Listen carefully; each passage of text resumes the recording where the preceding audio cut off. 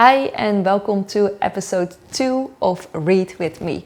I am Tika Masuku and I'm a human geographer and workplace strategist.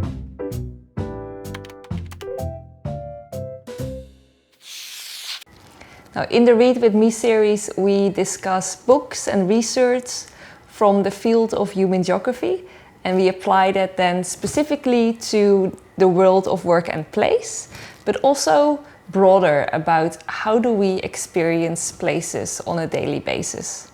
And it's especially important in today's world, in the digital connected world. In the first episode, we kicked off with the book Topophilia, chapters 1 and 2. And in today's episode, we continue on that journey. But before I do that, I wanted to share with you what the purpose is of the Read With Me series. In the broader sense, I want to spark curiosity. So curiosity about the places that you visit, and by using human geography insights, we can look at place from a different perspective and get you excited about how we can perceive spaces and see things from a different angle.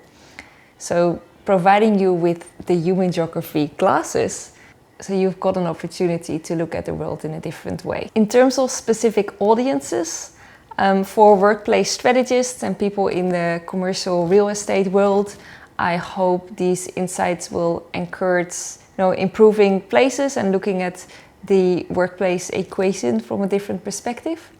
For human geography students, I hope that this series will enable you to see how human geography and the tools and the frameworks that come with this academic study can provide real business impact. Lastly, I hope that this series will encourage you to read more. I think reading is a somewhat understated activity. I think it's just so good to spark deeper thinking, to sit with ideas in silence, and to nurture the creativity that we need in this digital age. So come have a read with me, and I hope you will enjoy this second episode.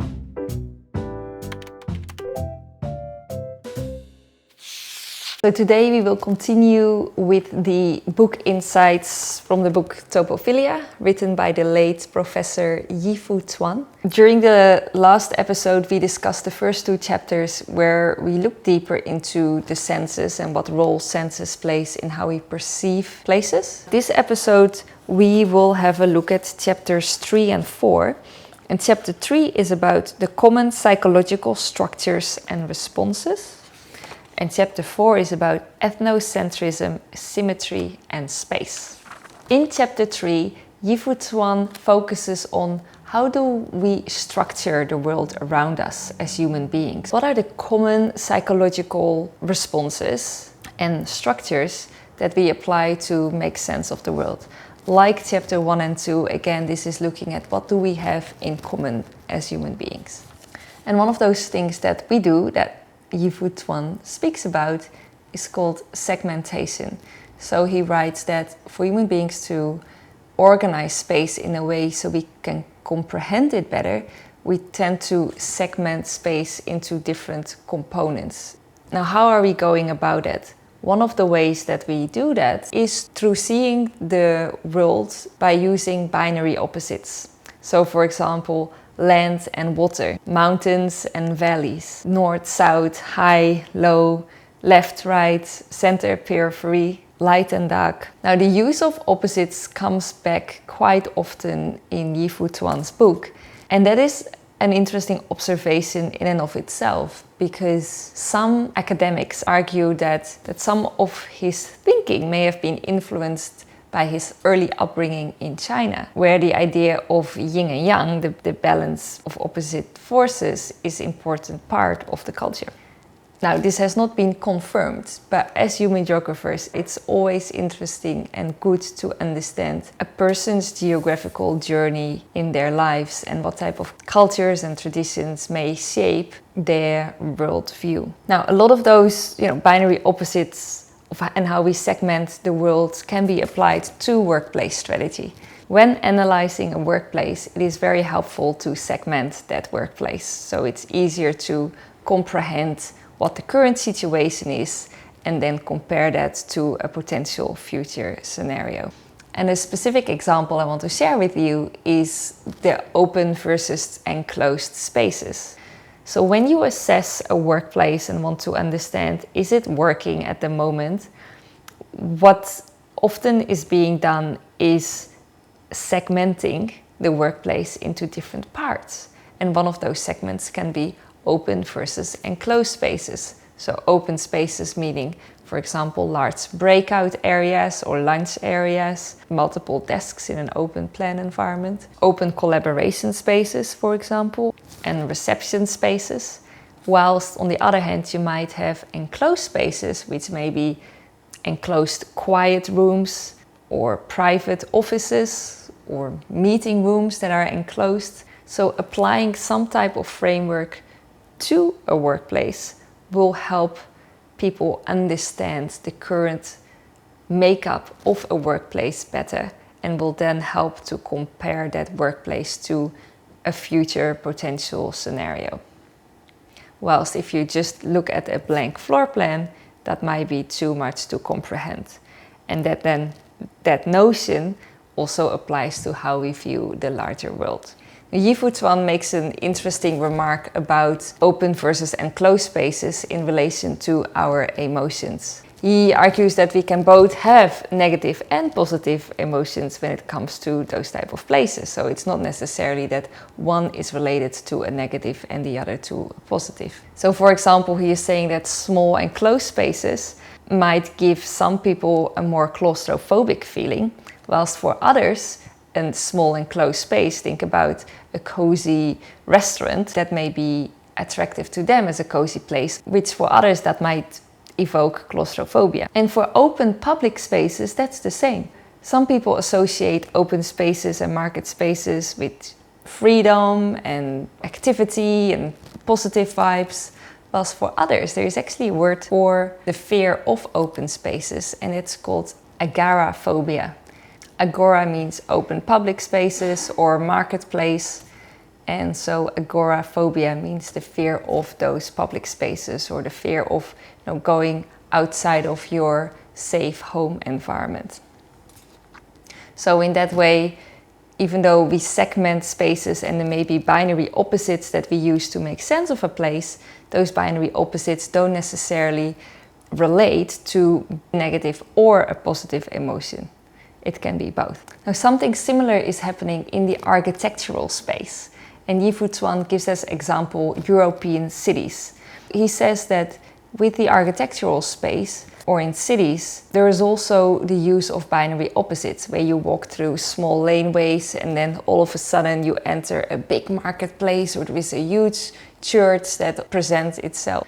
It's the juxtaposition that can create the feeling of awe.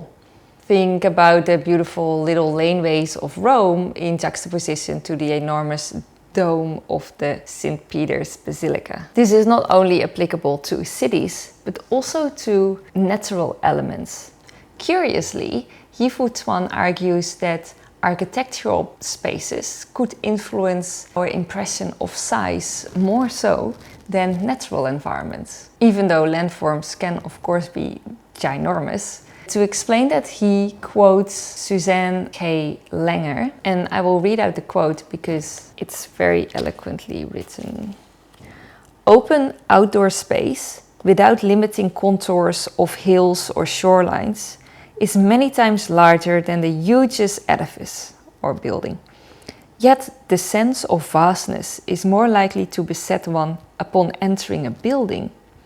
And there it is, clearly an effect of pure forms. So this is really beautiful because through architecture and in cities, but we could also apply this to workplaces, to the juxtaposition and playing around with size and binary opposites, we can create those moments of surprise, those moments of awe, those moments that make you realize you are walking to a place and might take you away from that digital connected world that we so often are engaged in throughout our days. Reading quotes like this reminds me of why I love reading so much, as it just puts you into that type of experience and you are almost getting those topophilic feelings from the comfort of your chair. Before we dive into chapter 4, please make sure you like this video if you like it. Subscribe to the Tika Masuku channel and don't forget to hit that notification bell if you would like to stay in touch and get notified on new Read With Me episodes. So chapter 4 dives deeper into ethnocentrism, and it's good to discuss the difference between egocentrism and ethnocentrism. Both concepts help geographers understand how people's bias influences spatial understanding and behavior. With ethnocentrism, where ethno means a people, a culture, a nation, it's about our cultural biases. And then with egocentrism, ego is the I, it's about our individual biases. Now, Yi-Fu Tuan describes egocentrism as follows.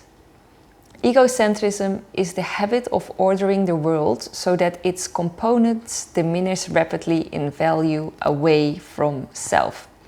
So it's very much about seeing yourself at the center of the world, and it's almost like a heat map where the further away from the self, less important things are being perceived. When workplace strategy moves from the more high-level strategic part into the detailed design phase, we often see that egocentric view come out. Where there may have been consensus achieved on a strategic level, when it comes down to choosing the type of furniture, the colors, or specific types of settings, stakeholders could get their blinders on and finding it hard to decide what's best for the group, and their own egocentrism can come out. It might be harder to understand the other's perspective. The other day someone mentioned an interesting saying. A camel is a horse designed by committee. Now, you may have heard about this saying before or not, but it quite resonates with egocentrism. So it's about when everyone has a say. It's fine if everyone has a say, but if everyone's egocentric viewpoint will be implemented in the project, you may end up with a very suboptimal or very average outcome. And you might actually lose sight of that strategic decision that was set as a collective at the beginning of the project. That's one of the reasons why workplace strategy is so important. When it comes to egocentrism, Yi-Fu Tuan argues that egocentrism is a fantasy. Because ultimately, he says, human beings are social creatures. We rely on each other. So it would be quite hard to live a complete egocentric life. We will always need to compromise as long as we want to, have friends and be a nice person and have a sustainable life. Yet, as we saw in the workplace example, it is easy for us to slip into egocentric thinking patterns. It's a bit of a fantasy. It's almost like a default mode if we are not conscious of it. Where Yi-Fu Tuan describes egocentrism as a fantasy, with ethnocentrism, so the culturally influenced viewpoints that we may have, he says that in modern times that's more like an illusion. Now, modern times, when Yi-Fu Tuan wrote the book, it was 1974, so that's more than 50 years ago now. But even back then, he argued that because the world already then was more connected and people were much more aware of the different type of cultures and the great things that are happening in other countries, he says that a true ethnocentrism viewpoint can only prevail as long as the group of people is isolated and not have to face the existence of others more numerous or superior to themselves. Now, in this day and age, I think that is even more so the case as we have become even more connected. But I do think it's important to point out that we can be proud of our culture and the traditions that we may have. If we all end up becoming the same, a complete homogeneous world would be quite boring, I would think. So how can we be proud of our own culture and and keep some of those traditions that have been happening over centuries. If you've ever been in the Netherlands during King's Day, you will notice that the whole country is turned into orange. That day, many people are proud to be Dutchies, and there's this real strong feeling of belonging. So whilst true ethnocentrism may not be achievable in this day and age, it does not take away from the opportunity to celebrate certain cultures and traditions and have that sense of belonging across a geographical area or a people. A good demonstration of this Dutch togetherness is during football games. Dutchies love their football, and I'll show you a clip here. For me, having not lived in the Netherlands for close to 10 years, watching clips like this still give me goosebumps.